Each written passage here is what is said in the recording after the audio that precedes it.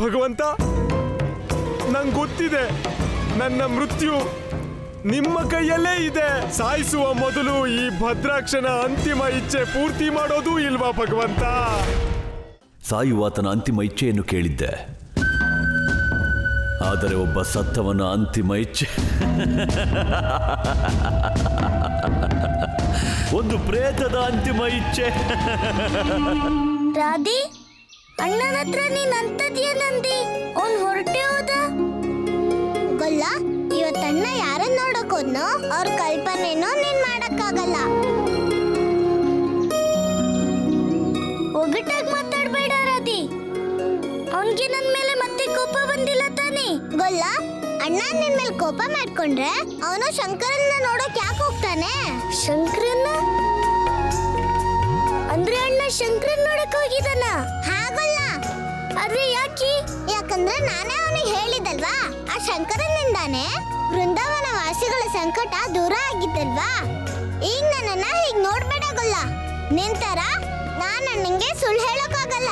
ನೀನ್ ಮಾಡಿದ್ದು ಸರಿ ಇದೆ ರಾಧಿ. ಬಾ, ನಾನು ಸ್ವಲ್ಪ ನೋಡ್ತೀನಿ ಶಂಕರನ ಹತ್ರ ಅಣ್ಣ ಏನ್ ಮಾತಾಡ್ತಿದ್ದಾನಂತ. ನಡೆಗಲ್ಲ. ಚೆನ್ನಾಗಿದೆ, ಹೇಳು, ನಿನ್ನ ಅಂತಿಮ ಇಚ್ಛೆ ಹೇಳು. ಹೇಳ್ಬಿಡ್ತೀನಿ ಭಗವಂತ. ಹೇಳು ಭಗವಂತ, ಮೊದಲಿಂದಲೂ ಈ ಬಲ ಮತ್ತೆ ಬುದ್ಧಿಯ ಪ್ರಯೋಗವಂತೂ ನಡೆದಿದೆ. ಯಾಕೀ ಬಾರಿ ಪ್ರೀತಿಯ ಪ್ರಯೋಗ ಮಾಡಬಾರ್ದು ಭಗವಂತ? ಭಕ್ತಿ ಭಾವದಿಂದ ಹುಟ್ಟುವುದೇ ಪ್ರೇಮ. ಈಗ ನಿನ್ನೊಳಗೂ ಆ ಕೃಷ್ಣನ ಭಕ್ತಿ ಭಾವವು ಹುಟ್ಟಿಲ್ಲ ತಾನೇ? ಇಲ್ಲ ಭಗವಂತ, ನಾನು ಕಂಸ ಪ್ರೇಮದ ಮಾತಾಡ್ತಾ ಇದ್ದಿದ್ದು. ನಾನು ಹೇಳಿದ್ರು ತಾತ್ಪರ್ಯ ಏನಂದ್ರೆ, ಈಗ ನಾವು ಬಲ ಮತ್ತು ಬುದ್ಧಿ ಇರೋ ದೊಡ್ಡ ದೊಡ್ಡ ಹಸುರನ್ನ ಕಳಿಸಿ ಆಗಿದೆ, ಆದ್ರೂ ಸಪ್ಪೆ ಮುಕ್ತಿಯಿಂದ ತಿರುಗಿ ಬಂದ್ಬಿಟ್ರು. ಅದಕ್ಕೆ ಈ ಬಾರಿ ಒಬ್ಬ ಅಂತಹ ಅಸುರರನ್ನ ಕಳಿಸಿ ಭಗವಂತ. ಅವನು ಬೃಂದಾವನ ವಾಸಿಗಳ ಭಗವಂತ ಪ್ರೇಮಕ್ಕೆ ಕಂಸನ ಪ್ರೇಮ ಸೇರಿಸ್ಬೇಕು.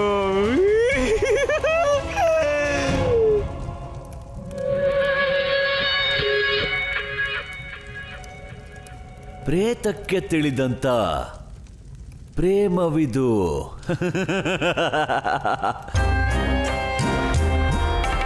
ಕಂಸ ಪ್ರೇಮದ ಎಲ್ಲಕ್ಕೂ ದೊಡ್ಡ ಪ್ರತಿನಿಧಿಯು ನನ್ನ ಅರಿಷ್ಟಾಸುರ. ಈಗ ಆರಂಭವಾಗಲಿದೆ ವ್ರಜಮಂಡಲದಲ್ಲಿ ಅರಿಷ್ಟಾಸುರನ ಸ್ವಚ್ಛಂದ ಪ್ರೇಮ. ಈಗ ಗೋಪಿಯರು ಮತ್ತು ವ್ರಜಮಂಡಲದ ಸ್ತ್ರೀಯರಿಗೆ ಎಂತಹ ಶಿಕ್ಷಣ ಬೇಕೆಂದರೆ ಅವರು ತಮ್ಮ ಎಲ್ಲ ಮರ್ಯಾದೆ ಮರೆಯಬೇಕು. ಈಗ ವ್ರಜಮಂಡಲದ ಮರ್ಯಾದೆಗಂತೂ ಆಗುತ್ತದೆ ಗ್ರಹಣ. ಭಗವಂತ ಭಗವಂತ ಭಗವಂತ, ಸಣ್ಣ ಬಾಯಲ್ಲಿ ದೊಡ್ಡ ಮಾತಾಡ್ತಿದ್ದೀನಿ, ಆದ್ರೆ ಈ ಸಮಯವು ಅರಿಷ್ಟಾಸುರನ್ನ ಕಳಿಸೋದಕ್ಕೆ ಸರಿಯಾದಲ್ವೇನೋ ಭಗವಂತ? ಇನ್ನು ಆ ಬೃಂದಾವನ ವಾಸಿಗಳು ಆ ಧೇನುಕಾಸುರನ ಪ್ರಭಾವದಿಂದ ಹೊರಗೆ ಬಂದಿರೋದಿಲ್ಲ ಭಗವಂತ. ಅದಕ್ಕೆ ಎಲ್ಲಿವರೆಗೂ ಅವ್ರ ಹೃದಯದಲ್ಲಿ ಆತಂಕವಿದೆಯೋ ಪ್ರೇಮ ಹೇಗೆ ಹುಟ್ಟುತ್ತೆ ಭಗವಂತ? ಸರಿ ಇದೆ, ಸತ್ಯ ಹೇಳಿದೆ ಭದ್ರಾಕ್ಷ. ಈಗ ವ್ರಜವಾಸಿಗಳು ಸ್ವಲ್ಪ ಖುಷಿ ಪಡಬೇಕು. ನೀನು ಆವರೆಗೂ ಖುಷಿಯಾಗಿರು. ಅದರ ನಂತರ ಈ ಸಂಪೂರ್ಣ ಜಗತ್ತು ಈ ವಿಷಯಕ್ಕೆ ಸಾಕ್ಷಿಯಾಗಲಿ. ಈ ಭಗವಂತ ಕಂಸ ಕೇವಲ ಕ್ರೋಧದಿಂದ, ಕೇವಲ ಬಲದಿಂದಲ್ಲ, ಜೊತೆಗೆ ಪ್ರೇಮದಿಂದಲೂ ಎಂತಹ ದೊಡ್ಡ ಅನಿಷ್ಟ ಮಾಡಬಲ್ಲನು. ಹೇ ಚಕ್ರಧಾರಿ, ಪ್ರೇಮ ಪ್ರೇಮ.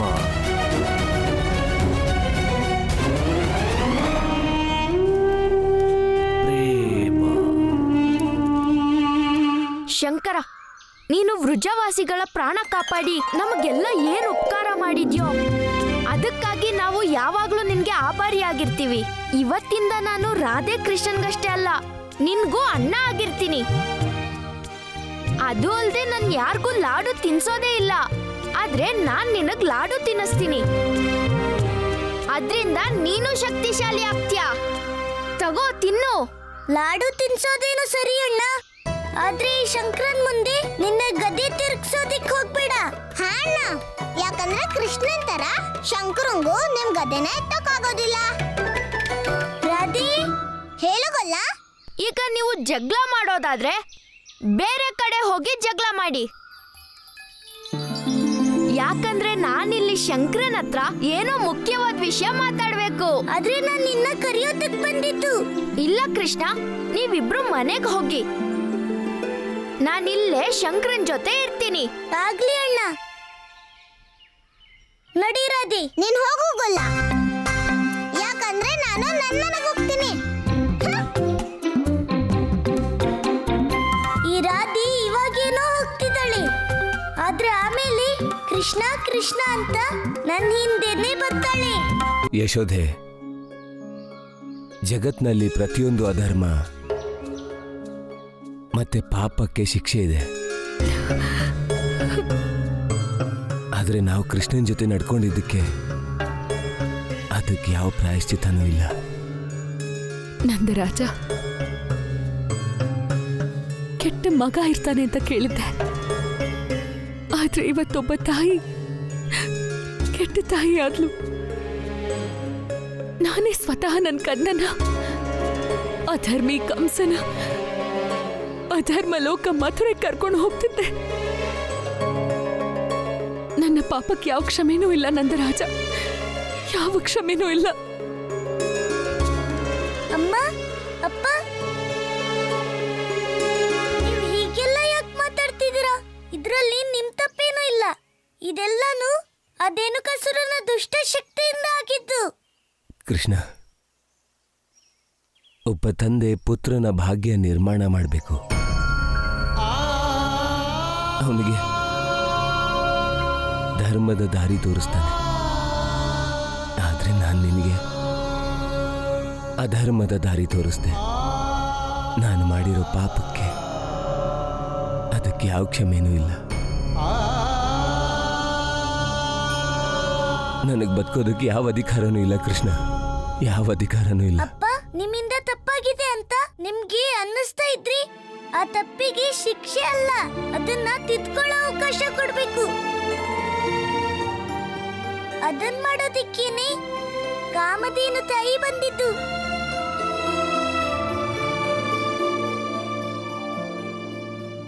ದಾಮೋದರ, ಈಗ ನೀನು ಮಾಡಿರೋ ಅಂತ ಈ ಅಪರಾಧ ಕ್ಷಮೆಗೆ ಯೋಗ್ಯವಾಗಿದ್ದಲ್ಲ. ನೀನು ನಂದಣ್ಣನ ಮೇಲೆ ಕೈ ಮಾಡ್ದೆ, ಅದು ನಿನ್ನ ನಂದಣ್ಣನ ಮೇಲೆ. ನಂದರಾಣಿ ಜೊತೆ ಕೆಟ್ಟದಾಗಿ ನಡ್ಕೊಂಡೆ. ವೃಂದಾವನದ ಜನರ ವಿಶ್ವಾಸನ ನಿನ್ನ ಕಾಲ್ ಕೆಳಗೆ ತುಳಿದು ಹಾಕ್ದೆ ನೀನು. ಈಗ ಯಾವ ಮುಖ ಇಟ್ಕೊಂಡು ಅವ್ರ ಮುಂದೆ ಹೋಗ್ತೀಯ? ಯಾವ ಧೈರ್ಯದಿಂದ? ಇಲ್ಲ, ನಾನು ಅವ್ರ ಮುಂದೆ ಹೋಗೋದಿಲ್ಲ. ನಾನು ಅವ್ರನ್ನ ಎದುರಿಸಕ್ಕಾಗಲ್ಲ. ಇಂಥ ಪಾಪ ಮಾಡಿ ನೀನು ಜೀವಂತವಾಗಿ ಹೇಗಿರ್ತೀಯ ದಾಮೋದರ? ಹೇಗೆ ಬದುಕಿರ್ತೀಯ? ಈಗ ಮೃತ್ಯು ಬಿಟ್ರೆ ಬೇರೆ ದಾರಿ ಇಲ್ಲ ನನಗೆ. ಆ ಪಾಪ ಪ್ರಾಯಶ್ಚಿತ್ತ ಪಡಲೇಬೇಕು. ನೀನ್ ಸಾಯ್ಲೇಬೇಕು. ಆ ದಾಮೋದರ, ನೀನ್ ಸಾಯ್ಲೇಬೇಕು. ಆಗ್ಲೇ ನಿನಗೆ ಮುಕ್ತಿ ಸಿಗೋದು. ಅಮ್ಮ, ನಾವು ಕಾಮಧೇನು ತಾಯಿಗೆ ಪೂಜೆ ಮಾಡಬೇಕು, ಗೋ ಉತ್ಸವ ಮಾಡಬೇಕು. ಆಗ ನಮ್ಮ ಬದುಕಲ್ಲಿ ಕಾಮಧೇನು ತಾಯಿಯ ಕೃಪೆ ಇರುತ್ತೆ. ನೀನು ಹೇಳಿದ್ದು ಸತ್ಯ ಕೃಷ್ಣ. ಕಾಮಧೇನು ಮಾತೆಯ ಕೃಪೆಯಿಂದ ಕೃಷ್ಣ,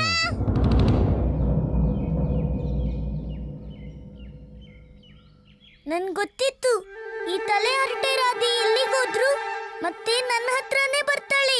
ಅನರ್ಥ ಆಗಿದಾಗಲ್ಲ, ಎಲ್ಲ ಅನರ್ಥನೂ ಗೋಮಾತೆಯಿಂದನೇ ದೂರ ಆಯ್ತಲ್ಲ. ಈಗ ಅಂತದೇನಾಯ್ತು ರಾಧಿ? ಅಲ್ಲಿ ದಾಮು ಚಿಕ್ಕಪ್ಪಂಗೇನಾಯ್ತು? ಅವನಿಗೇನಾಯ್ತು? ಏನಾಯ್ತು ದಾಮೋದರಂಗೆ? ಅವರು ಗೋವರ್ಧನ ಪರ್ವತದ ಕಡೆ ಹೋಗ್ತಿದ್ರು.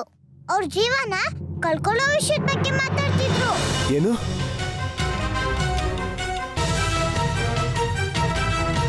ಬನ್ನಿ. ಹೇ ಭಗವಂತ, ನನ್ನ ಕ್ಷಮಿಸ್ಬಿಡು. ಆದ್ರೆ ನನ್ನ ಅಪರಾಧಕ್ಕೆ ಇದೇ ಶಿಕ್ಷೆ.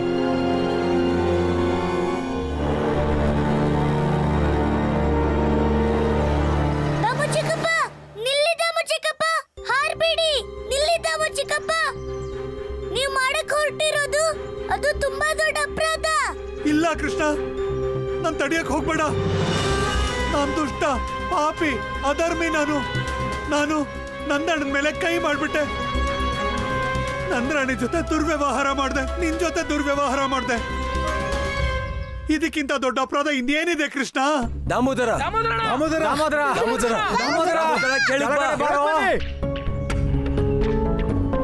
ದಾಮೋದರ, ಇದೇನ್ ಮಾಡ್ತಿದ್ಯಾ? ಕೆಳಗ್ ಬಾ. ಹಾ ದಾಮೋದರಣ್ಣ, ದಯವಿಟ್ಟು ಕೆಳಗ್ ಬನ್ನಿ. ದಾಮೋದರಣ್ಣ, ನೀವ್ ಮಾಡ್ತಿರೋದ್ ಸ್ವಲ್ಪನೂ ಸರಿ ಇಲ್ಲ. ನಾವೆಲ್ಲ ನಿಮ್ಗೇನು ಅಲ್ವಾ? ಅದೇ ನನಗ್ ದುಃಖ ಆಗಿರೋದು ನಂದರಾಣಿ. ನೀವೆಲ್ಲ ನನ್ನವರು, ಆದ್ರೆ ನಾನ್ ನಿಮ್ ಜೊತೆಗೆ ಹೀಗ್ ನಡ್ಕೊಂಡೆ.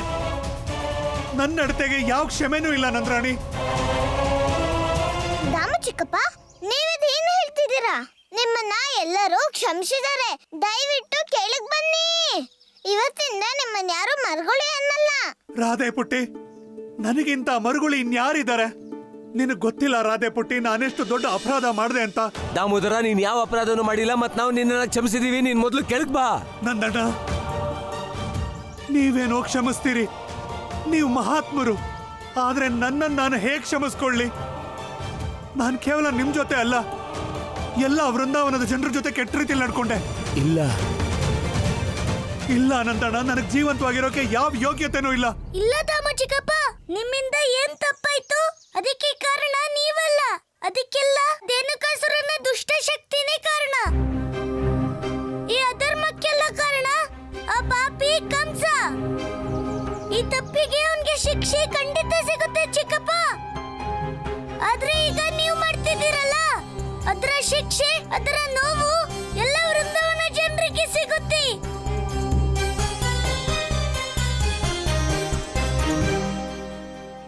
ಇಲ್ಲ ಕೃಷ್ಣ, ನನ್ನ ಆತ್ಮಕ್ಕೆ ಈಗ ಅಂಟಿರೋ ಕಳಂಕ ಕಂಸಂಗೆ ಶಿಕ್ಷೆ ನೀಡೋದ್ರಿಂದ ಹೋಗೋದಿಲ್ಲ. ಅದರ ಶಿಕ್ಷೆನ ನಾನೇ ಅನುಭವಿಸ್ಬೇಕು. ನನ್ನ ಕ್ಷಮಿಸ್ಬಿಡಿ. ದಾಮು ಚಿಕ್ಕಪ್ಪ, ದಾಮು ಚಿಕ್ಕಪ್ಪ.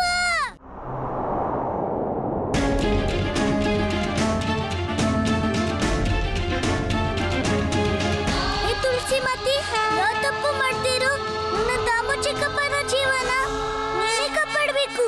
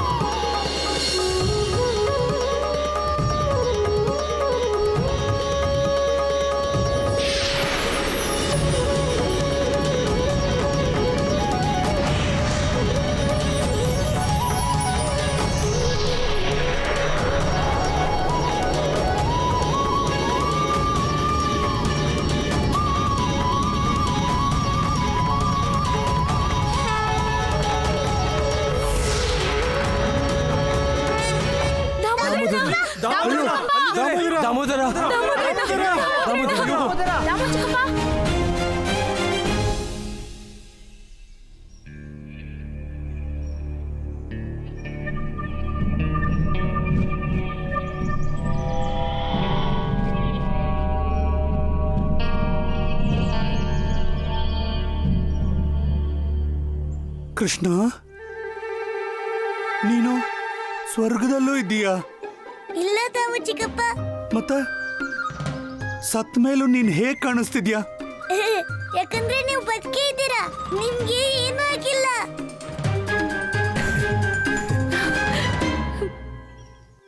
ಜೀವಂತವಾಗಿದ್ದೀನಿ. ನೀವ್ ಎಂತ ಕೆಲ್ಸ ಮಾಡಕ್ ಹೋಗಿದ್ರಿ ಚಿಕ್ಕಪ್ಪ? ನಾನ್ ಮತ್ತೇನ್ ಮಾಡ್ಲಿ ಕೃಷ್ಣ? ನಾನ್ ಮಾಡಿರೋ ಅಪರಾಧಕ್ಕೆ ಜೀವನ ಪೂರ್ತಿ ನನ್ನ ಆತ್ಮದ ಮೇಲೆ ಅದರ ಭಾರ ಇರುತ್ತೆ. ಆ ಭಾರದ ಮುಕ್ತಿಗೆ ಒಂದೇ ಉಪಾಯ ಇತ್ತು, ನನ್ನ ಮೃತ್ಯು. ಇಲ್ಲ ಚಿಕ್ಕಪ್ಪ, ನೀವು ಮಾಡಕ್ ಹೊರಟಿದ್ದು ಅದು ಮನುಷ್ಯನ ಬಾಳಲ್ಲಿ ಬಹಳ ದೊಡ್ಡ ಅಪರಾಧ. ಅದು ಅಲ್ದೆ ಜೀವ ಬಿಡೋದ್ರಿಂದ ನಾವು ಮಾಡಿರೋ ತಪ್ಪಿಗೆ ಪ್ರಾಯಶ್ಚಿತ್ತ ಆಗ್ಬಿಡತ್ತಾ? ಇಲ್ಲ ಚಿಕ್ಕಪ್ಪ, ನಿಜವಾದ ಪ್ರಾಯಶ್ಚಿತ್ತ ಆಗ್ಬೇಕಂದ್ರಿ ಮನುಷ್ಯ ಬದುಕಿರ್ಬೇಕಾದ್ದು ತುಂಬಾ ಮುಖ್ಯ. ಮತ್ತೆ ನೀವ್ಯಾವ ತಪ್ಪು ಮಾಡೇ ಇಲ್ವಲ್ಲ. ನೆನ್ಪಿಡ್ಕೊಳ್ಳಿ, ನಿಮ್ಮ ಜೀವನ ಆ ದೇವರು ಕೊಟ್ಟಿರೋ ಪ್ರಸಾದ. ಅದನ್ನ ಕಳ್ಕೊಳ್ಳೋದಿಕ್ಕೆ ನಿಮ್ಗೆ ಯಾವ ಹಕ್ಕು ಇಲ್ಲ.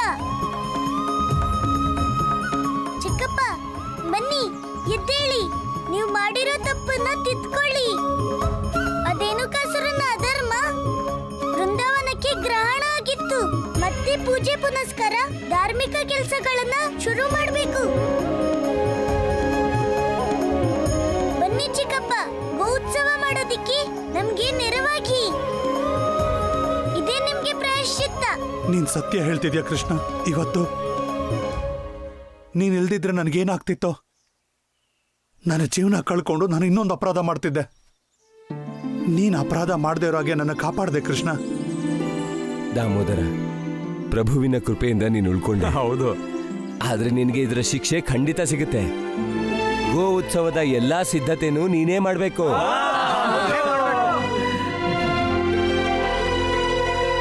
ಈಗ ಬಾ. ಈಗ ನಡೀರಿ. ನಡೀರಿ ಬನ್ನಿ. ಚಿಕ್ಕಪ್ಪ. ನಡಿ ಕೃಷ್ಣ.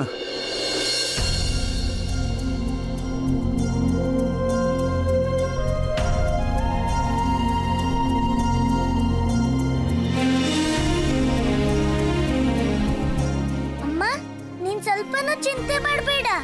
ನಾನ್ ಜಗತ್ತಿನ ಎಲ್ಲಾ ಅಪಾಯಗಳನ್ನೂ ಬೇಕಾದ್ರೆ ಎದುರಿಸ್ತೀನಿ. ಆದ್ರೆ ನನ್ನ ಅಮ್ಮ ಅಳೋದನ್ನ ನಾನ್ ನೋಡಕ್ಕಾಗಲ್ಲ. ನಾನು ಈಗ್ಲೇ ಕಾಡಿಗೆ ಹೋಗಿ ತುಳಸಿ ಗಿಡ ತಗೊಂಡ್ ಬರ್ತೀನಿ.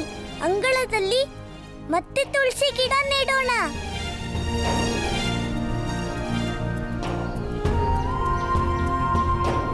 ವೃಂದಾವನವಾಸಿಗಳೇ, ಮಾತೆ ಕಾಮಧೇನುವಿನ ಕೃಪೆ ನಮ್ಮ ಮೇಲಿದೆ. ಅವರೇ ನಮ್ಮನ್ನ ಬಹಳ ದೊಡ್ಡ ಅಪಾಯದಿಂದ ಕಾಪಾಡಿದ್ದು. ಹೌದೌದು. ಆದ್ರಿಂದ ಪ್ರತಿ ವರ್ಷದ ಹಾಗೆ ಈ ಬಾರಿನೂ ನಾವು ಗೋ ಉತ್ಸವ ಖಂಡಿತ ಮಾಡ್ತೀವಿ. ನೀವೆಲ್ಲ ಪೂರ್ತಿ ಸಿದ್ಧತೆ ಮಾಡ್ಕೊಳ್ಳಿ. ನಾವು ಪೂರ್ತಿ ಹರ್ಷ ಉಲ್ಲಾಸದಿಂದ ಈ ಬಾರಿನೂ ಗೋ ಉತ್ಸವ ಆಚರಿಸೋಣ.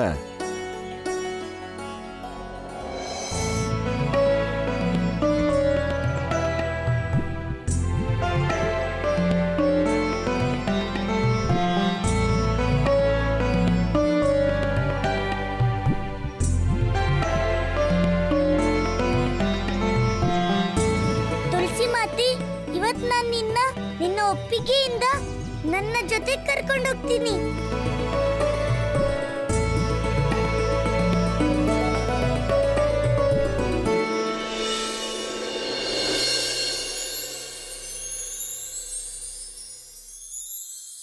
ಅಯ್ಯೋ, ಇಲ್ಲೂ ನಂದೇ ಮೂರ್ತಿನ. ನನ್ನ ಗೋವಿಂದ, ನನ್ನ ಗೆಳೆಯ, ನಿನಗೆ ತುಳಸಿ ತುಂಬಾ ಪ್ರಿಯ ಅಲ್ವಾ?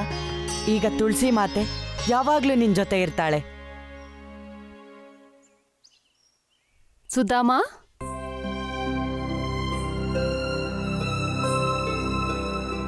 ಕಂದ, ತುಳಸಿ ಅಂದ್ರೆ ಭಗವಂತ ವಿಷ್ಣುಗೆ ತುಂಬಾ ಪ್ರೀತಿ. ಮತ್ತೆ ನೀನ್ ಮಾಡಿರೋ ಭಗವಂತನ ಪ್ರತಿಮೆ ಅವನಿಗೂ ತುಳಸಿ ಇಷ್ಟನಾ? ಹಾ ಅಮ್ಮ, ಎಷ್ಟೆಂದ್ರೆ ತುಳಸಿ ಇಲ್ದೆ ಇವನ್ ನೈವೇದ್ಯನೇ ಪೂರ್ತಿ ಆಗಲ್ಲ. ಆದ್ರೆ ಕಂದ, ನಿನ್ಗಿದೆಲ್ಲ ಹೇಗ್ ಗೊತ್ತು? ನೀನು ಶಾಸ್ತ್ರನೂ ಅಧ್ಯಯನ ಮಾಡಿಲ್ಲ. ನಿನ್ ತಾಯಿ ಸತ್ಯ ಹೇಳ್ತಿದ್ದಾಳೆ ಸುಧಾಮ.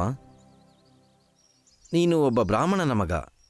ಶಾಸ್ತ್ರಗಳ ಜ್ಞಾನ ಪಡ್ಕೊಳ್ಳೋದು ನಿನ್ನ ಪರಮ ಧರ್ಮ. ನಿನಗೆ ದುರ್ಗತಿ ಬಂದಿರೋದು ಯಾಕೆ ಅಂದ್ರೆ ನೀನು ಶಾಸ್ತ್ರಗಳಿಂದ ದೂರ ಆಗಿದ್ಯಾ. ಹಾ ಕಂದ, ನೀನು ನಾಳೆನೆ ನಿನ್ ತಂದೆ ಜೊತೆಗೆ ಗುರುಕುಲಕ್ಕೆ ಹೋಗ್ಬಿಟ್ ಬಾ. ಯಾರಿಗ್ ಗೊತ್ತು, ನಿನ್ ಶಿಕ್ಷಣದಿಂದನೇ ನಮ್ ಕೆಟ್ಟ ದಿನ ದೂರ ಆಗ್ಬೋದು. ಅಮ್ಮ, ಜನರು ಹೇಳ್ತಾರೆ ಭಕ್ತಿನೇ ಜೀವನದಲ್ಲಿ ಸತ್ಯ ದೊಡ್ಡ ಮಾರ್ಗ ಆಗಿದೆ. ನೀವಿಬ್ರು ನನ್ನ ಭಗವಂತನ ಭಕ್ತಿಯಿಂದ ಬಲವಂತವಾಗಿ ಯಾಕೆ ದೂರ ಮಾಡ್ತಿದ್ದೀರಾ? ಮಗನೇ, ನೀನು ಯಾವುದನ್ನ ಭಕ್ತಿ ಅಂತಿದೆಯೋ ಅದು ನಿನ್ನ ಅಜ್ಞಾನ. ಶಿಕ್ಷಣ ಮಾತ್ರ ನಿನ್ನ ಜೀವನದ ಅಜ್ಞಾನನ ಅಂಧಕಾರದಿಂದ ಹೊರಗೆ ತೆಗೆದು ಜ್ಞಾನದ ಪ್ರಕಾಶ ಕೊಡೋದು. ಅದೇ ಹೇಳ್ತಾರಲ್ಲ, ತಮಸೋಮ ಜ್ಯೋತಿರ್ಗಮಯ. ಅಂದರೆ, ಹೇ ಪ್ರಭು, ನನ್ನ ಅಂಧಕಾರದಿಂದ ಪ್ರಕಾಶದ ಕಡೆ ಕರ್ಕೊಂಡು ಹೋಗು. ಮತ್ತೆ ಹಾಗಾಗೋದು ಕೇವಲ ಶಿಕ್ಷಣದಿಂದ ಮಾತ್ರ ಸುಧಾಮ. ಇದ್ಯಾರು? ಇವ್ರ ಭಕ್ತಿ ನನ್ನ ಮನಸ್ಸನ್ನ ಆವರಿಸ್ತಿದೆ. ನೀನ್ ಯಾರೇ ಆಗಿದ್ರು ನಿನ್ನ ಭೇಟಿ ಒಂದಿನ ಆಗೇ ಆಗುತ್ತೆ.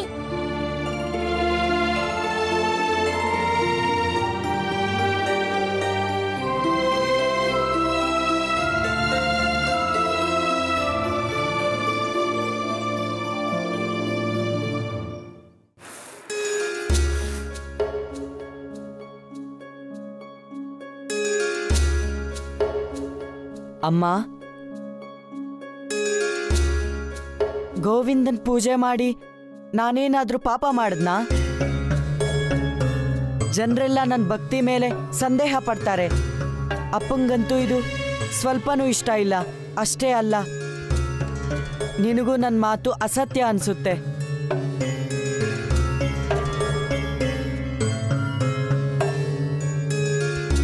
ಕಂದ, ನೀನ್ ಏನ್ ಹೇಳ್ತಿದ್ಯೋ ಅದು ನಿನ್ಗನ್ಸಿರೋ ಸತ್ಯ. ಆದ್ರೆ ಇದು ಎಲ್ಲ ಜನರಿಗೂ ಇದೊಂದೇ ಸತ್ಯ ಅಲ್ಲ. ಹೀಗೂ ಇರ್ಬೋದಲ್ವಾ, ಜನರು ಭಕ್ತಿನಲ್ಲ, ಬದ್ಲಿಗೆ ಜ್ಞಾನನ ಸತ್ಯ ಅಂದ್ಕೊಳ್ಬಹುದು. ಮತ್ತಷ್ಟೇ ಅಲ್ಲ ಅಪ್ಪ, ಕೆಲವು ಜನರು ಭಕ್ತಿನೂ ಅಲ್ಲ ಜ್ಞಾನನೂ ಅಲ್ಲ, ಬದ್ಲಿಗೆ ಕರ್ಮನ ತಮ್ಮ ಸತ್ಯ ಅಂದ್ಕೊಳ್ತಾರೆ. ಆದ್ರೆ ಅಮ್ಮ, ನನ್ನ ಆಸಕ್ತಿ ಅಂತೂ ನನ್ನ ಗೋವಿಂದನ್ ಭಕ್ತಿ ಮೇಲಿದೆ. ನಿನಗೂ ನನ್ನ ಈ ಸತ್ಯದ ಬಗ್ಗೆ ಗೊತ್ತಿದೆಯಲ್ಲ? ಕಂದ, ನನಗೆ ನಿನ್ ಸತ್ಯದ ಬಗ್ಗೆ ಎಲ್ಲ ಗೊತ್ತಿದೆ. ಯಾಕೆಂದ್ರೆ ನಾನ್ ನಿನ್ನಮ್ಮ. ಆದ್ರೆ ಜನರಿಗೆ ನಿನ್ ಸತ್ಯದ ಬಗ್ಗೆ ಸ್ವಲ್ಪನೂ ನಂಬಿಕೆ ಇಲ್ಲ ಕಂದ. ಅವ್ರು ನಿನ್ ಮಾತ್ ಕೇಳಿ ತಿಳ್ಕೊಳ್ಳೋದಕ್ಕೆ ನೀನು ಅದಕ್ಕೆ ಯೋಗ್ಯ ವ್ಯಕ್ತಿ ಆಗ್ಬೇಕು ಕಂದ. ನೀನು ಶಿಕ್ಷಣ ಪಡ್ಕೋಬೇಕು, ನೀನು ಶಾಸ್ತ್ರಗಳನ್ನ ಅಧ್ಯಯನ ಮಾಡಬೇಕು. ನಿನ್ಗೆ ನನ್ನ ಮಾತು ಅರ್ಥ ಆಗ್ತಿದೆ ಅಲ್ವಾ ಕಂದ? ಪ್ರತಿ ಮನುಷ್ಯನ್ಗೂ 2 ಜನ್ಮ ಸಿಗುತ್ತೆ. ಒಂದು ಸಾರಿ ಅವನ ಅಪ್ಪ ಅಮ್ಮನ ಮೂಲಕ, ಮತ್ತೆ ಇನ್ನೊಂದ್ಸಲ ವಿದ್ಯಾರೂಪಿ ಅಮ್ಮ ಆಚಾರ್ಯ ರೂಪಿ ತಂದೆಯಿಂದ. ಮೊದಲನೇ ಜನ್ಮ ಅವನ ಮನೇಲಾಗುತ್ತೆ, ಮತ್ತೆ 2ನೇ ಜನ್ಮ ಗುರುಕುಲದಲ್ಲಿ. ಮೊದಲನೇ ಜನ್ಮದಲ್ಲಿ ಜೋಗುಳ ಹಾಡ್ತಾರೆ, ಮತ್ತೆ 2ನೇ ಜನ್ಮದಲ್ಲಿ ಉಪನಯನ ಸಂಸ್ಕಾರ ಮಾಡ್ತಾರೆ ಕಂದ. ಕಂದ, ನಾಳೆ ಬೆಳಿಗ್ಗೆ ಸಿದ್ಧವಾಗಿರು, ನಾವು ಗುರುಕುಲಕ್ಕೆ ಹೋಗೋಣ. ನಿನ್ ವಿದ್ಯೆಗೆ ಅಲ್ಲೇ ಶುಭಾರಂಭ ಶುರು ಆಗ್ಲಿ.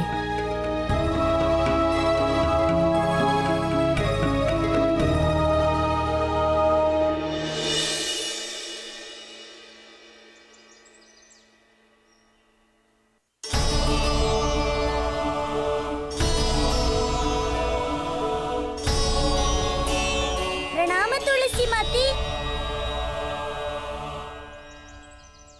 ರಾಧಿ, ನೀನಾ? ಗೊಲ್ಲ, ನಾವು ನಿಮ್ಗೆ ಆಮಂತ್ರಣ ಕೊಡಕ್ ಬಂದಿದ್ದೀವಿ. ಆಮಂತ್ರಣ? ಯಾವ ವಿಷಯಕ್ಕೆ ಆಮಂತ್ರಣ? ಗೋತ್ಸವದ ಊಟಕ್ಕೆ, ಬರ್ಸಾನಕ್ ಬರೋದಿಕ್ಕೆ. ಗೋತ್ಸವ? ಆದ್ರೆ ಗೋತ್ಸವ ಅಂತೂ ನಮ್ ವೃಂದಾವನದಲ್ಲಾಗತ್ತೆ. ಗೊಲ್ಲ, ಗೋರಾಣಿ ಬರ್ಸಾನದವಳಾದ್ಮೇಲೆ ಗೋತ್ಸವದ ಊಟನೂ ಕೂಡ ವರ್ಷಾಂತಲ್ಲೇ ಆಗ್ಬೇಕು ಅಲ್ವಾ? ನಿಮ್ಗೂ ಗೊತ್ತಿದೆ ತಾನೆ? ಗೋತ್ಸವದ ಪ್ರಸಾದ ಮತ್ತೆ ಪಾಯಸ ಎಲ್ಲ ಗೋರಾಣಿ ಹಾಲಿಂದಾನೇ ಮಾಡೋದು. ಅಂದ್ರೆ ಎಲ್ಲಿ ರಾಣಿನೋ ಅಲ್ಲೇ ಭೋಜನ. ಅದೆಲ್ಲ ಸರಿ ರಾಧಿ, ಆದ್ರೆ ಗೋರಾಣಿ ಬರ್ಸನದವಳೆ ಅಂತ ನೀನೊಬ್ಳೆ ಅದ್ ಹೇಗ್ ತೀರ್ಮಾನ ಮಾಡ್ಬಿಟ್ಟಿ? ಯಾಕಂದ್ರೆ ನಾನು ರಾಧೆ. ನಮ್ಮಪ್ಪನ ಹತ್ರ 1 ಲಕ್ಷ ಹಸುಗಳಿವೆ. ಪ್ರತಿ ವರ್ಷನೂ ನಮ್ ರತ್ನಾನೇ ತಾನೇ ಗೋರಾಣಿ ಆಗೋದು. ರಾಧಿ, ಪ್ರತಿ ವರ್ಷ ಏನಾಗುತ್ತೋ ಅದು ಈ ವರ್ಷನೂ ಆಗ್ಬೇಕಂತಿಲ್ಲ. ನಮ್ಮ ನಂದ ಹಸು ಕೂಡ ಗೋರಾಣಿ ಆಗ್ಬೋದಲ್ವಾ? ಗೊಲ್ಲ, ನಮ್ಮ ಹತ್ರ ತುಂಬಾ ಸಮಯ ಏನಿಲ್ಲ. ನಾವು ಬೇರೆಯವರನ್ನು ಕರೆಯಕ್ ಹೋಗ್ಬೇಕು. ನನ್ ಮಾತು ಅರ್ಥ ಆಗಿದ್ರೆ ಊಟ ಮಾಡಕ್ ಬಂದ್ಬಿಡು. ನಾನ್ ಹೊರಟೆ. ರಾಧಿ, ತಿಳ್ಕೋಬೇಕಾದ್ದು ನೀನು. ಯಾಕಂದ್ರೆ ರತ್ನ ಅಲ್ಲ, ಈ ಸಲ ಗೆಲ್ಲೋದು ನಮ್ ನಂದನೇ. ಮತ್ತೆ ಭೋಜನ ನಮ್ ವೃಂದಾವನದಲ್ಲೇ ಆಗೋದು. ನಮ್ ರತ್ನಾನೇ ಗೋರಾಣಿ ಆಗ್ತಾಳೆ. ನಂದ, ರತ್ನ, ನಂದ, ರತ್ನ, ರತ್ನ, ರತ್ನ. ನಮ್ ರತ್ನಾನೇ ಗೋರಾಣಿ ಆಗೋದು. ನಂದ, ರತ್ನ, ನಂದ, ರತ್ನ, ರತ್ನ, ರತ್ನ. ನಮ್ ರತ್ನಾನೇ ಆಗೋದು ಗೋರಾಣಿ. ಹೇ ರಾಧೆ ಪುಟ್ಟಿ, ಕೃಷ್ಣ, ಯಾಕೆ ಜಗಳ ಮಾಡ್ತಿದ್ದೀರಿ? ಹೀಗೆಲ್ಲ ಜಗಳ ಮಾಡಬಾರ್ದು. ದಾಮು ಚಿಕ್ಕಪ್ಪ, ಜಗಳ ಮಾಡ್ತಿರೋದು ಈಗೊಲ್ಲಾನೆ. ನಾನು ಇವನನ್ನ ಊಟ ಕರೆಯೋಕೆ ಅಂತ ಬಂದೆ. ಚಿಕ್ಕಪ್ಪ, ಹೇಳಿ ಈ ಹಠ ಮಾರಿ ರಾಧೆಗೆ ನನ್ನ ಕರೆಯೋದು ಬೇಕಾಗಿಲ್ಲ ಅಂತ. ಯಾಕಂದ್ರೆ ನಮ್ಮ ನಂದಾನೇ ಗೌರಾಣಿ ಆಗೋದು.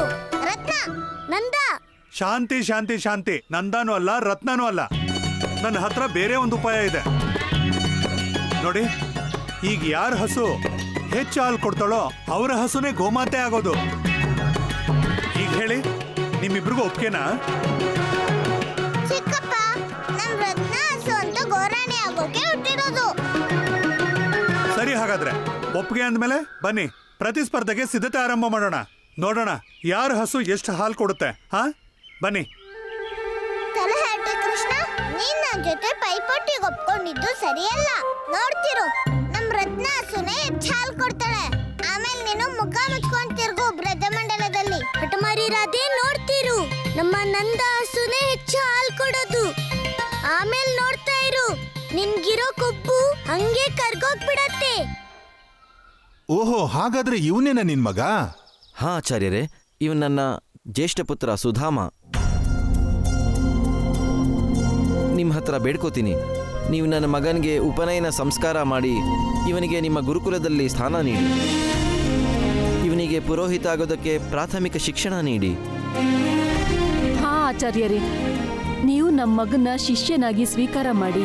ನಾವು ಸದಾ ನಿಮ್ಗೆ ಆಭಾರಿ ಆಗಿರ್ತೀವಿ. ಆಚಾರ್ಯರೇ, ಇವನು ಚಿಕ್ಕಂದಿನಿಂದ ಭಕ್ತಿಲೇ ಮುಳುಗಿದ್ದಾನೆ. ಸದಾ ಭಕ್ತಿ ಮತ್ತೆ ಗೋವಿಂದನ್ ಮಾತೇ ಆಡ್ತಿರ್ತಾನೆ. ಆದ್ರೆ ನಿಮ್ಮಿಂದ ಜ್ಞಾನ ಪಡ್ಕೊಂಡ್ರೆ ಇವನ್ ಮಾತು ಮತ್ತೆ ಇವನ್ ಜೀವನ ಎರಡು ಸುಧಾರಣೆ ಆಗುತ್ತೆ ಆಚಾರ್ಯರೇ. ನಮ್ಮ ಮಹಿಮೆಯೇ ಹಾಗಿದೆ. ನಮ್ಮಿಂದ ಜ್ಞಾನ ಪಡ್ಕೊಂಡ್ರೆ ಮಹಾಮೂರ್ಖನು ಮಹಾಪಂಡಿತ ಆಗ್ಬಿಡ್ತಾನೆ. ಆದ್ರೆ ಎಲ್ರೂ ನಮ್ಗೆ ಶಿಷ್ಯರಾಗೋಕೆ ಆಗಲ್ಲ. ಆಚಾರ್ಯರೇ, ನಿಮ್ಮಿಂದ ದೊಡ್ಡ ಉಪಕಾರ ಆಗುತ್ತೆ. ನಿಮ್ ಅಮೂಲ್ಯವಾದ ಆಶೀರ್ವಾದ ನಮ್ ಈ ಕಂದನಿಗೆ ಸಿಕ್ಕಿದ್ರೆ. ಇದಂತೂ ನಿಮ್ ಪುತ್ರನ ಮೇಲೆ ನಿರ್ಧಾರ ಆಗತ್ತೆ. ಅವನಿಗೆ ನಮ್ಮ ಆಶೀರ್ವಾದ ಬೇಕೋ ಅಥವಾ ಬೇಡವೋ. ಬಾಲಕ, ನನ್ನ ಒಂದು ಪ್ರಶ್ನೆಗೆ ಉತ್ತರ ಕೊಡು. ಜ್ಞಾನ ದೊಡ್ಡದೋ ಅಥವಾ ಭಗವಂತನ?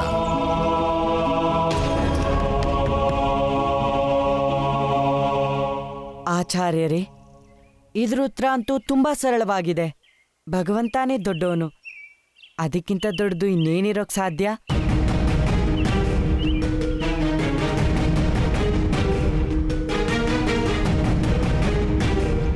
ಮೂರ್ಖ ಬಾಲಕ, ಜ್ಞಾನದಿಂದನೇ ಅರ್ಥ ಆಗೋದು ಭಗವಂತ ಯಾರು ಅಂತ. ಘೋರ ಅಜ್ಞಾನಿ ಈ ನಿನ್ನ ಪುತ್ರ. ಜ್ಞಾನ ಶ್ರೇಷ್ಠ ಅಲ್ಲ ಅಂದ್ಮೇಲೆ ಜ್ಞಾನ ಮಂದಿರದಲ್ಲಿ ಇವನೇನ್ ಮಾಡ್ತಿದ್ದಾನೆ? ನೀನ್ ಹೇಳ್ದಂತೆ ಭಗವಂತ ಜ್ಞಾನಕ್ಕಿಂತ ದೊಡ್ಡವನಾದ್ರೆ ಅದ್ ಹೇಗೆ ಹೇಳು? ಆಚಾರ್ಯರೇ, ಈ ಜಗತ್ತಿನ ಎಲ್ಲ ಜ್ಞಾನನೂ ಭಗವಂತನ ನಿರ್ಮಾಣ ಆಗಿರುತ್ತೆ. ಜ್ಞಾನ ಒಂದು ಮಾರ್ಗ ಮಾತ್ರ. ಅಂತಿಮ ಗುರಿ ಅಂತೂ ಭಗವಂತನ್ ಪಡೆಯೋದಾಗಿರುತ್ತೆ. ಈ ಮಾರ್ಗ ಹೇಗೆ ಗುರಿಗಿಂತ ದೊಡ್ಡದಾಗೋಕ್ ಸಾಧ್ಯ? ಮೂರ್ಖ, ನೀನು ನನ್ಗೆ ಪಾಠ ಮಾಡ್ತೀಯ? ನಿನ್ ಪುತ್ರ ಅಂತೂ ಮೊದ್ಲಿಂದಾನೇ ಬಹಳ ಜ್ಞಾನಿ ತಾನೆ. ಇವನಿಗೆ ಜ್ಞಾನದ ಅವಶ್ಯಕತೆ ಏನಿದೆ? ಇವನು ಹೇಗೆ ಮಾತಾಡ್ತಿದ್ದಾನೆ ಅಂದ್ರೆ ಇವನಿಗೆ ಭಗವಂತನೇ ಸಿಗ್ದ ಹಾಗೆ. ಹೌದಾ? ಸರಿ ಹೇಳು, ಯಾರ್ ನಿನ್ನ ಭಗವಂತ?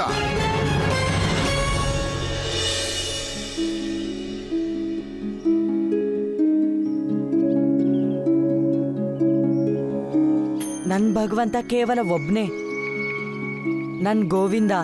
ಇವನು ಯಾವ ಭಗವಂತ? ನನ್ ಗೆಳೆಯ, ನನ್ ಪ್ರಭು, ನನ್ ಗೋವಿಂದ.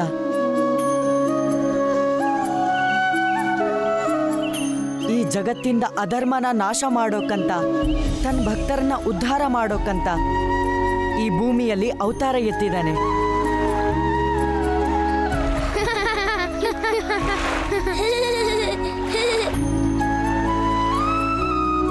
ಅವನು ಎಲ್ರ ಮಧ್ಯ ದೇವ್ರ ತರ ಅಲ್ಲ, ಒಬ್ಬ ಗೆಳೆಯನ ಹಾಗೆ ಜೊತೆಯಾಗಿರ್ತಾನೆ.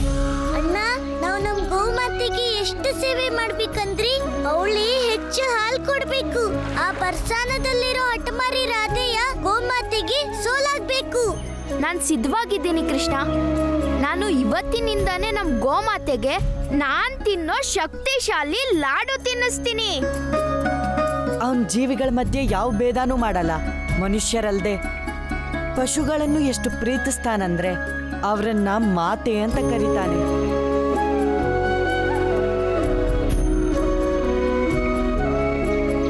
ಹೇಗೋ ಮಾತಿ, ನಮ್ಮ ಕೋರಿಕೆಯನ್ನ ಒಪ್ಪು. ನಿಮ್ಮನ್ನ ನಮ್ ಗೋರಾಣಿ ಮಾಡೋದಿಕ್ಕೆ ನಮ್ ಕೈಲಾಗಿದ್ದನ್ನೆಲ್ಲ ನಾವು ಮಾಡಿದ್ವಿ. ಇವತ್ತಿಂದ ನಾವ್ ಯಾವಾಗ್ಲೂ ನಿಮ್ಮ ಸೇವೆ ಮಾಡ್ತೀವಿ. ನೀವು ಮಾಡ್ಬೇಕಿರೋದಿಷ್ಟೇ, ಬೇರೆ ಹಸುಗಳಿಗಿಂತ ಹೆಚ್ಚು ಹಾಲು ಕೊಡ್ಬೇಕು. ಆ ಬರ್ಸಾನದಲ್ಲಿರೋ ರಾಧೆ ಹಸು ಏನಾದ್ರೂ ಗೋರಾಣಿ ಆಗ್ಬಿಟ್ರೆ ನಾವಿನ್ಮೇಲೆ ಆ ರಾಧೆ ಮುಂದೆ ತಲೆ ಎತ್ತಕ್ಕಾಗೋದೇ ಇಲ್ಲ. ನೋಡು ರತ್ನ, ನನ್ಗೆ ಮತ್ತೆ ಇಡೀ ಬರ್ಸಾನಕ್ಕೆ ನನ್ನ ಹೆಮ್ಮೆ ಇದೆ. ಇಡೀ ಬ್ರಜಮಂಡಲಕ್ಕೆ ಗೊತ್ತು ನಮ್ಮ ಅಪ್ಪನ ಹತ್ರ 1 ಲಕ್ಷ ಹಸು ಇರೋದು. ಮತ್ತ ಅವರಲ್ಲೇ ನೀನ್ ತುಂಬಾ ಒಳ್ಳೆ ಹಸು. ರತ್ನ, ನಾಳೆ ನೀನು ಆ ಕೃಷ್ಣನ ಹಸುಗಿಂತ ಕಡಿಮೆ ಹಾಲು ಕೊಟ್ರೆ ನಾನ್ ನಿನ್ನ ಯಾವತ್ತೂ ಕ್ಷಮಿಸೋದಿಲ್ಲ. ಬರೀ ತಲೆ ಆಡ್ಸಿದ್ರೆ ಸಾಕಾಗೋದಿಲ್ಲ. ನೀನು ನಾಳೆ ಆಟದಲ್ಲಿ ರಾಣಿ ಆಗ್ಬೇಕು. ಆ ಕೃಷ್ಣನ್ ಕೊಬ್ಬನ್ನ ಇಳಿಸ್ಬೇಕು. ಅರ್ಥ ಆಯ್ತಾ?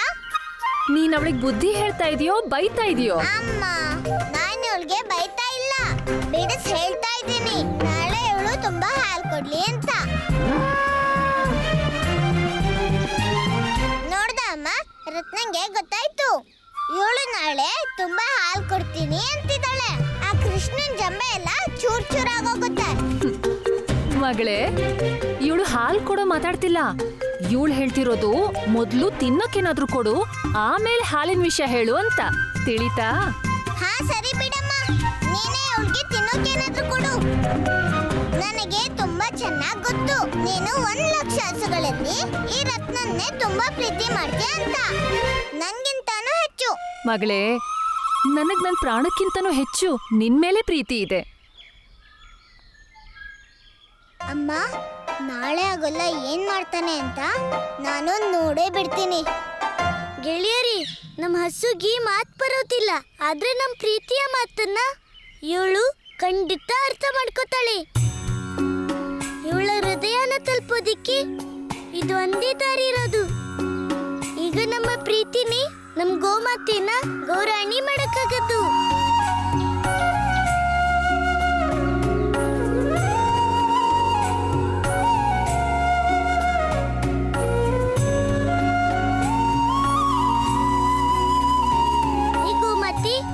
ನಾವು ನಿನ್ಗೆ ಪೂಜೆ ಮಾಡ್ತೀವಿ, ಯಾಕಂದ್ರೆ ನೀವು ಸಾಕ್ಷಾತ್ ದೇವರ ರೂಪನೇ. ನಿನ್ನ ಒಳಗೆ 33 ಕೋಟಿ ದೇವತೆಗಳು ವಾಸ ಇದ್ದಾರೆ. ನೀನೇ ನಮ್ಮ ಗೊಲ್ಲರ ಬಾಳಿಗೆ ಬೆಳಕಾಗಿದ್ಯಾ ತಾಯಿ. ನಾವೆಲ್ಲ ಗೊಲ್ಲರು ನಿನ್ನ ಮಕ್ಕಳೇ. ಈಗ ವೃಂದಾವನದ ಗೊಲ್ಲರ ಮರ್ಯಾದೆನ ನೀನೇ ಕಾಪಾಡಬೇಕು.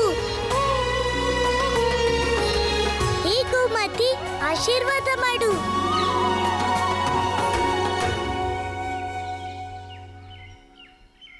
ಇವನ್ನ ತಲುಪೋದಕ್ಕೆ ಯಾವ ಆಡಂಬರದ ಅವಶ್ಯಕತೆನೂ ಇಲ್ಲ, ಅಥವಾ ಜ್ಞಾನನೂ. ನನ್ನ ಗೋವಿಂದಂಗೆ ಕೇವಲ ಪ್ರೇಮ ಮತ್ತೆ ಭಕ್ತಿಯ ಭಾಷೆ ಅರ್ಥ ಆಗುತ್ತೆ. ಕೇವಲ ಪ್ರೇಮ ಮತ್ತು ಭಕ್ತಿಯಿಂದ ಅವನನ್ನ ಪಡ್ಕೊಳ್ಬಹುದು. ಈ ಹುಡುಗನ ಬುದ್ಧಿ ಭ್ರಷ್ಟ ಆಗಿದೆ. ಭಗವಂತ ಆದ್ಮೇಲೆ ಮನುಷ್ಯರ ಮಧ್ಯ ಮನುಷ್ಯನ ರೂಪದಲ್ಲಿರೋಕ್ ಹೇಗ್ ಸಾಧ್ಯ? ಮನುಷ್ಯರು ಅಧರ್ಮಿಗಳು ಮತ್ತೆ ಪಾಪಿಗಳು. ಭಗವಂತನ ಸಖ ಅನ್ನೋದು ಅಥವಾ ಮನುಷ್ಯ ಅಂದ್ರೆ ಅದು ಭಗವಂತನ್ಗೆ ಮಾಡೋ ಅವಮಾನ. ಆಚಾರ್ಯರೇ, ನನಗೆ ಹೆಚ್ಚೇನು ಗೊತ್ತಿಲ್ಲ, ಆದ್ರೆ ಇಷ್ಟಂತೂ ಖಂಡಿತ ಗೊತ್ತು, ಪ್ರತಿಯೊಬ್ಬ ಮನುಷ್ಯನಲ್ಲೂ ಭಗವಂತನ ಅಂಶ ಇದೆ. ಶಾಸ್ತ್ರಗಳಲ್ಲೂ ಬರೆದಿದ್ದಾರೆ, ಅಹಂ ಬ್ರಹ್ಮಾಸ್ಮಿ ಅಂದ್ರೆ ನಾನೇ ಬ್ರಹ್ಮನು. ಬ್ರಹ್ಮ ಪ್ರತಿಯೊಬ್ಬ ಮನುಷ್ಯನಲ್ಲಿದ್ದಾನೆ, ನನ್ನೊಳಗೂ ಮತ್ತೆ ನಿಮ್ಮೊಳಗೂ. ಬಾಲಕ, ನಿನ್ಗೇನು ಮಾಡಕ್ಕಾಗಲ್ಲ. ಬ್ರಾಹ್ಮಣರ ಹೆಸರಿಗೆ ಕಳಂಕ ಇವನು. ಇವನು ಈ ಆಶ್ರಮವನ್ನು ಅಪವಿತ್ರ ಮಾಡ್ತಾನೆ. ಕರ್ಕೊಂಡು ಹೋಗಿ ಇವನ್ನ ಇಲ್ಲಿಂದ.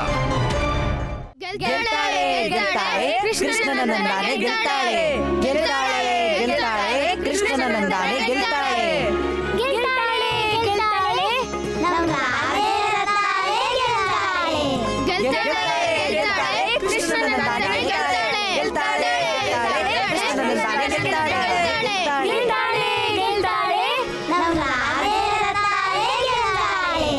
ಗೆಲ್ತಾಳೆ ಗೆಲ್ತಾಳೆ ಕೃಷ್ಣನ ನಂದನೆ ಗೆಲ್ತಾಳೆ.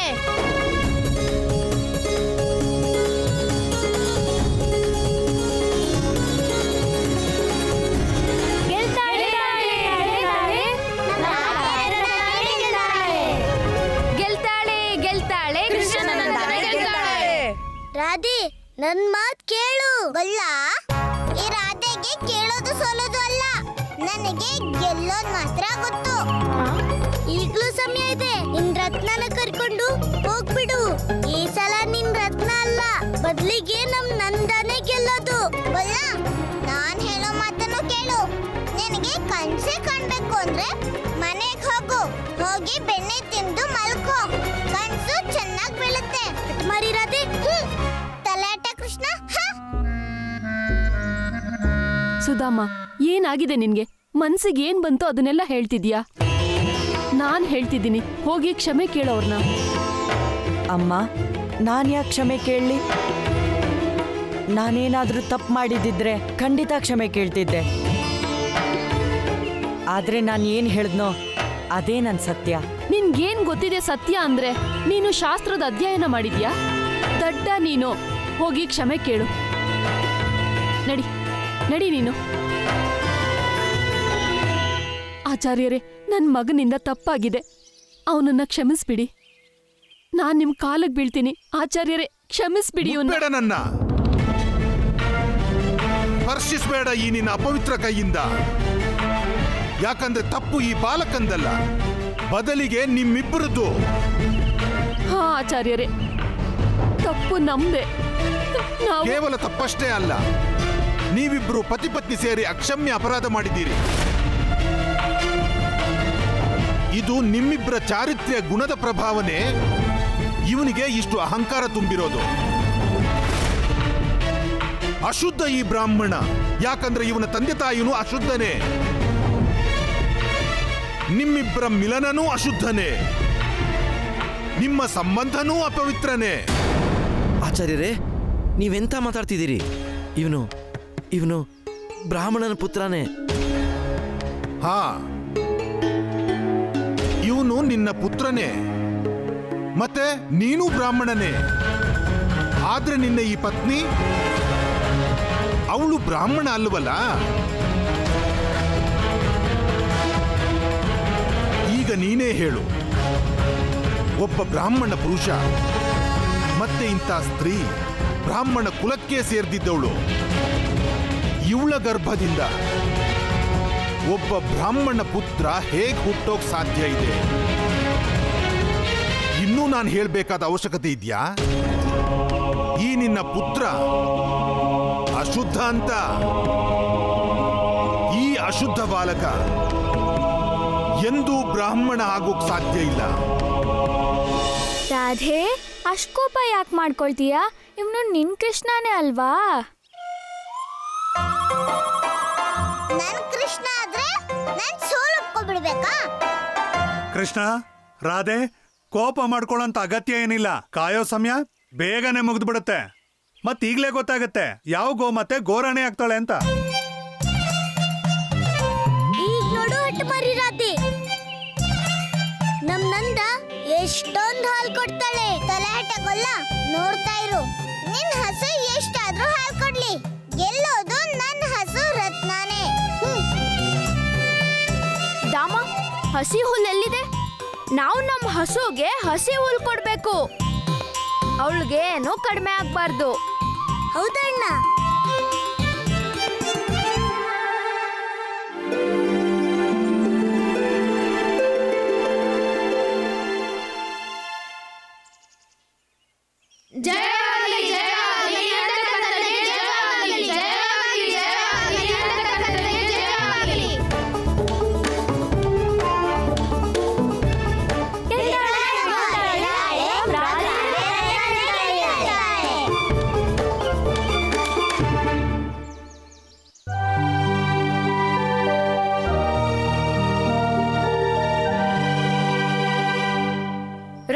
ಹಸುದು 3 ಮಡ್ಕೆ. ಅಣ್ಣ, ನೀನು ನಮ್ ಪಕ್ಷನ ಇಲ್ಲ ನಮ್ನ ಸೋಲ್ಸೋ ಪಕ್ಷನ? ಕೃಷ್ಣ, ನಾನಂತೂ ನಿನ್ ಕಡೆಗೆ. ಆದ್ರೆ ನಿನ್ ತರ ನನ್ಗೆ ಸತ್ಯ ಮುಚ್ಚಿಡೋಕ್ಕಾಗಲ್ಲ.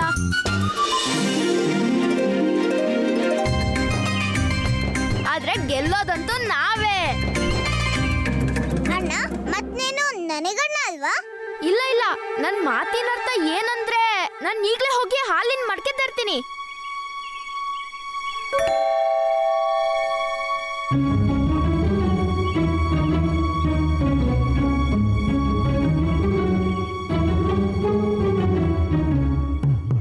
ಗೊಲ್ಲ, ನಾನ್ ಹೇಳಿದ್ನಲ್ಲ ನಮ್ಮಪ್ಪನ ಹತ್ರ 1 ಲಕ್ಷ ಹಸು ಇದೆ ಅಂತ. ನೀನ್ ನನ್ನನ್ನ ಯಾವತ್ತೂ ಗೆಲ್ಲೋದಕ್ಕೆ ಆಗೋದಿಲ್ಲ. ರಾಧಿ, ನಿನ್ ರತ್ನ ಎಷ್ಟು ಹಾಲು ಕೊಟ್ಟಿದ್ದಾಳು ಅಷ್ಟೇ ಹಾಲು ನಮ್ ನಂದಾನು ಕೊಟ್ಟಿದ್ದಾಳೆ. ಇಲ್ಲೋಡು. ಅಂದ್ರೆ ಇಷ್ಟೇ. ನೀನು ಗೆದ್ದಿಲ್ಲ, ನಾನು ಸೋತಿಲ್ಲ. ಗೆದ್ದಿದ್ದು ನಮ್ಮಿಬ್ರ ಹಸುಗಳು. ಆದ್ರೆ ಕೃಷ್ಣ, ಗೋರಾಣಿ ಅಂತೂ ಒಂದೇ ಹಸು ಆಗೋದಲ್ವಾ? ಹೇಗೂ ಬರ್ಸಾನದ ಹಸುನೇ ಗೋರಾಣಿ ಆಗ್ತಿದ್ಲು. ಹಾಗಿದ್ರೆ ಈ ಬಾರಿನೂ ಅವಳೇ ಆಗ್ಲಿ ಬಿಡು. ಅದೇನಿ, ಪ್ರತಿ ಸಲ ಬರ್ಸಾನದ ಹಸುನಿ ಗೋರಾಣಿ ಆಗ್ತಿದ್ಲು. ಅದಕ್ಕೆ ಈ ಸಲ ನಮ್ ನಂದನು ಗೋರಾಣಿ ಆಗ್ಲಿ ಬಿಡು. ರಾಧೆ ಪುಟಿ, ನೀನೇ ಒಪ್ಕೊಂಡ್ಬಿಡು. ಅದೇಗ್ ಒಪ್ಕೊಳ್ಳೋದು ದಮ್ಮ ಚಿಕ್ಕಪ್ಪ? ನಾನು ನೋಡ್ತೀನಿ ಬೃಂದಾವನದ ಹಸು ಹೇಗ್ ಗೋರಾಣಿ ಆಗ್ತಾಳೆ ಅಂತ.